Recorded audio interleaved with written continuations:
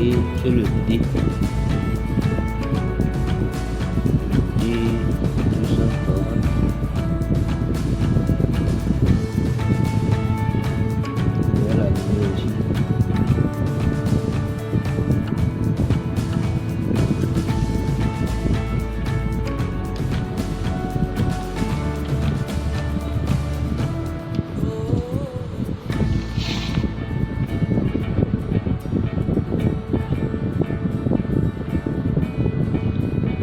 Comme je l'ai dit, on peut voir dans la cartographie des panneaux pour voir la surface qui supporte beaucoup plus de charge. Résultat, cartographie panneau. On a mouvement, mais ça ralentit l'augmentation.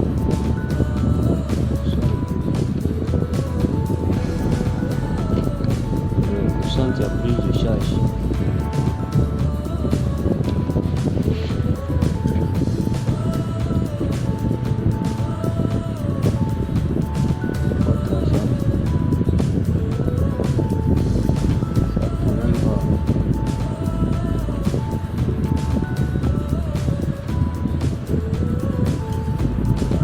La contrainte, les valeurs changent.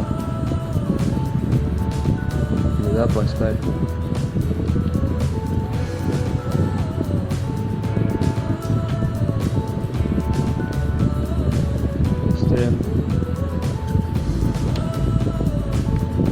On voit les valeurs qui changent.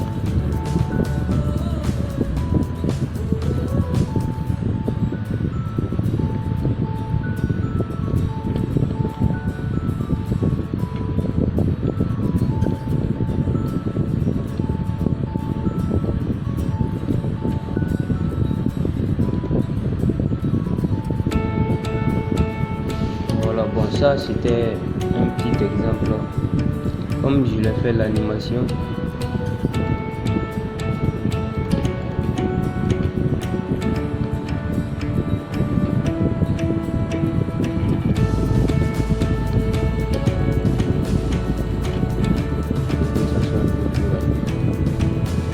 voilà, comme ça. Vous voyez au centre il y a plus de sollicitations. Voilà, c'est pourquoi à ce niveau on a un mouvement plus grand.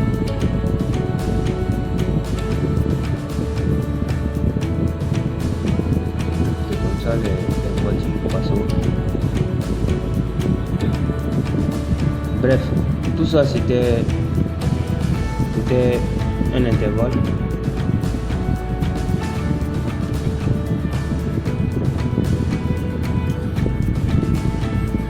Bon, comme je l'ai dit, on a obtenu un moment et une force de 1502 kN. Nous allons faire le ferrage de notre photo. Pour cela, je vais prendre nouveau. Je vais prendre les éléments du béton. Soit on vient encore avec coque, mais là on va construire, on va faire la ligne de construction pour construire. Mais étant donné qu'on a ça directement, il suffit de prendre pour faciliter la tâche. Voilà, donc là on a une poutre, on a un poteau, une semelle, ainsi de suite. Donc outil, préférence de la tâche toujours, faut pas l'oublier. Dimension, je vais mettre 3 chiffres après la virgule. Force, Newton par millimètre carré, mégapascal. Nombre de conception, là je mets le béton. Charge, le PAL, DTR, RPA. Et OK. Bon, je vais enlever le fichage. Fichage automatique, je l'enlève. Le maillage, je l'ai resté. Je mets normal. OK. Donc, je choisis mon poteau. Je vais mettre les dimensions que je veux. Comme ça, je vais les placer comme ça. Alors, voilà. Lorsqu'on prend l'option poteau, ce sont les éléments, ce sont les outils avec lesquels on pourra travailler. Donc ça c'est la géométrie du poteau pour changer la forme et tout, la dimension.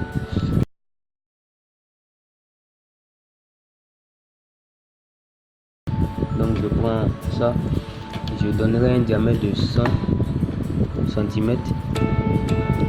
HC, c'est la hauteur depuis la profondeur des fouilles jusqu'au niveau de la dalle.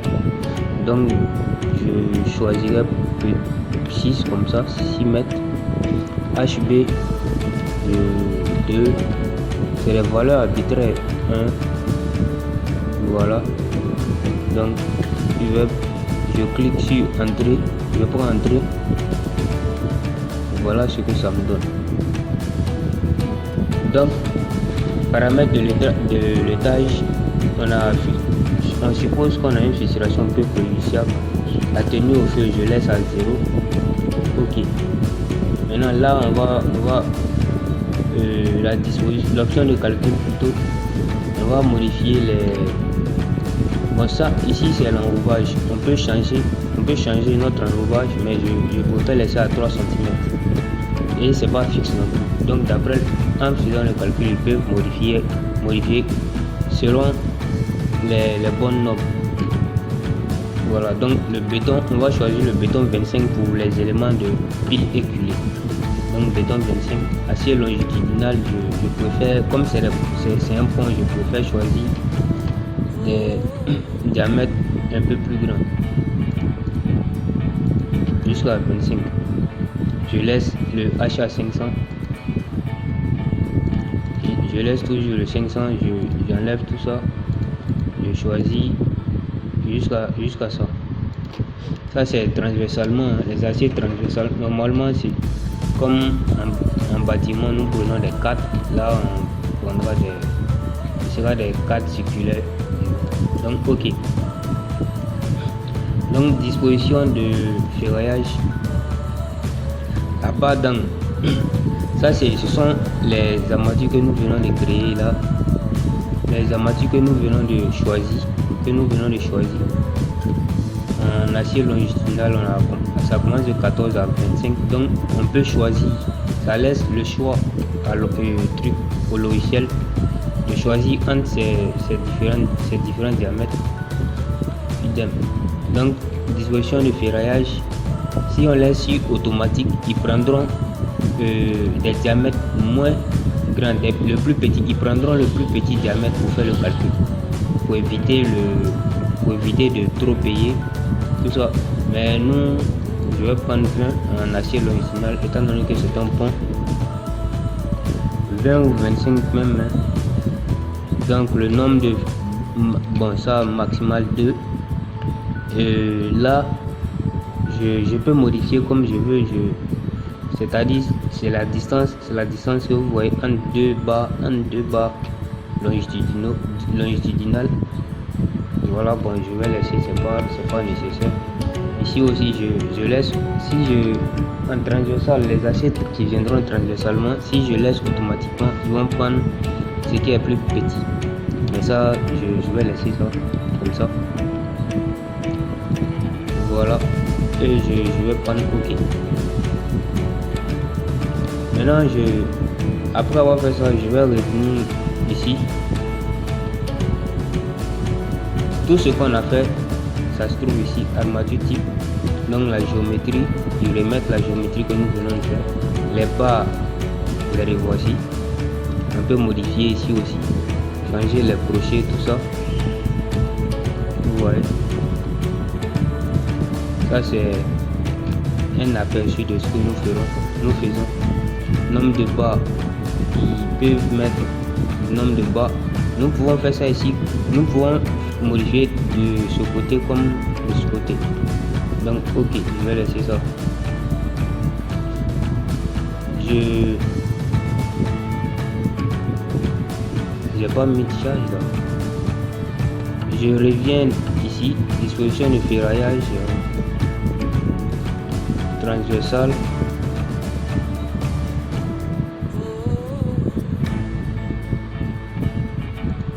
Bon, la charge, on va appliquer une charge.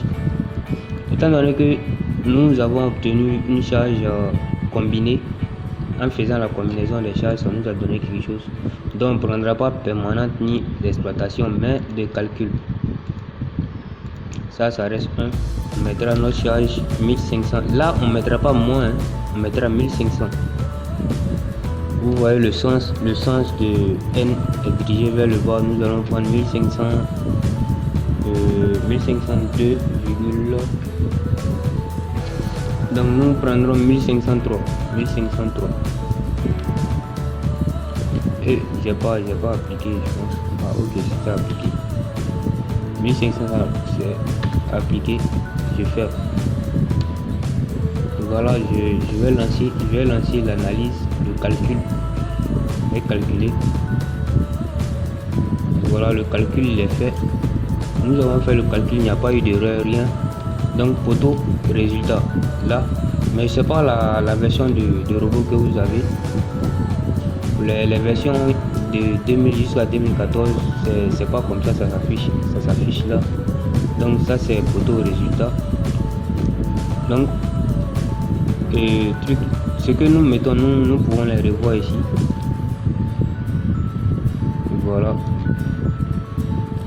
Ça c'est une sorte de diagramme. Donc photo ferraillage. Voilà, c'est le ferraillage qui est là. On peut voir le nombre de barres qu'ils ont mis. 1, 2, 3. Il y a 6 barres. 7 plutôt. Il y a 7 barres. Mais on peut changer ça. Maintenant le diamètre barre principal. Lorsque on sélectionne par exemple ça, vous voyez, automatiquement on nous montre que c'est les transversales. Si je prends ça, les verticales. Mais on a 7 barres de 20 qui fait 5,970 comme la hauteur d'une barre qui fait 5,970. Maintenant là on a les diamètres 12 la transversale. Mais on peut modifier ça. Je vais revenir ici. Je vais modifier à partir d'ici. Ou soit je viens là, je modifie. Bah, bon, c'était pas figé. C'était figé, je dirais.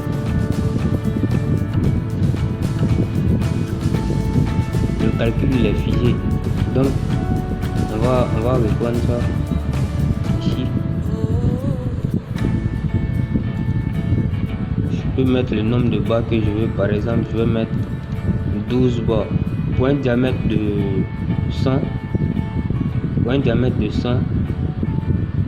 Si je prends par exemple 12, 13 par exemple, ok. Donc je relance le calcul. Maintenant, photo ferraillage. Vous voyez, on voit qu'il y a plus de barres par rapport à l'autre. Donc ça fait 13. Le nombre de barres, ça nous donne 13 barres. On a ça comme ça. On peut faire ça comme ça aussi. Photo, note de calcul. Donc voici la note de calcul.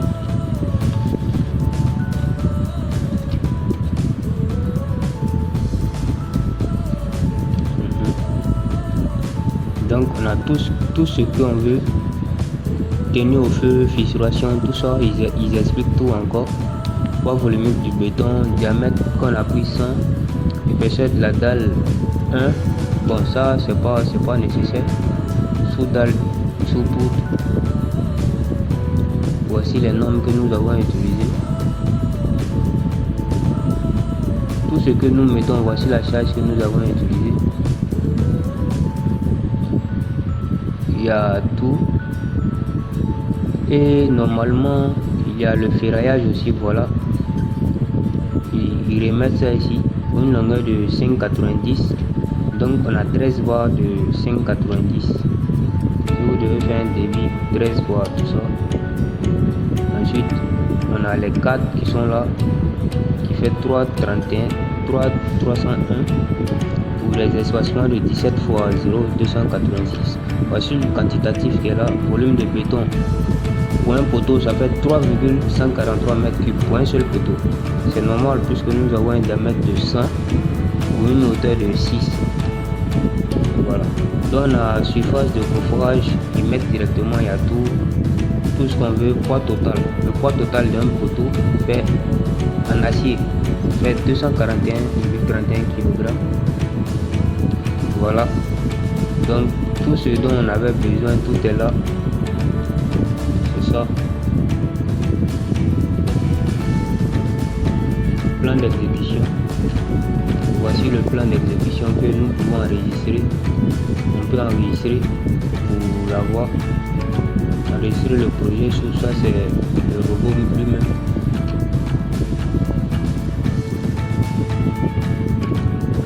Si on choisit enregistrer sous un autre format, on peut prendre DXF pour l'exploiter sur AutoCAD ensuite et modifier comme on veut. Par exemple, je vais mettre DXF, je vais l'enregistrer sur DXF.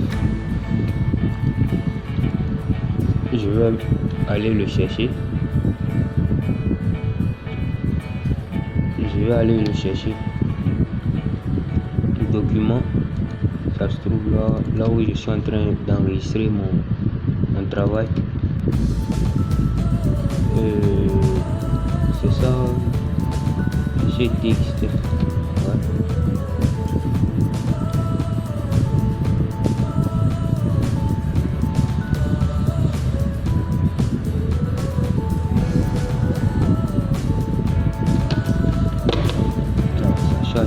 Voilà, donc on l'a exporté ici. On peut modifier comme on veut. On peut modifier sur AutoCAD comme on veut, ou soit l'imprimer, ou soit le tirer en PDF. Le tirer en PDF. Mais là on doit changer la couleur puisque c'est pas visible. Soit on met tout propriété. Il y a tout sélectionné quoi. Propriété type la couleur plutôt ici. Je peux mettre blanc. Là je viens ici, on voit tout en noir. En même temps on peut changer tout ce dont on a besoin. La cartouche, tout ça, modifier, mettre des images et tout. Maintenant si on doit le tirer. Si on doit le tirer, on fait un CTRL P, CTRL print, CTRL P. Voilà.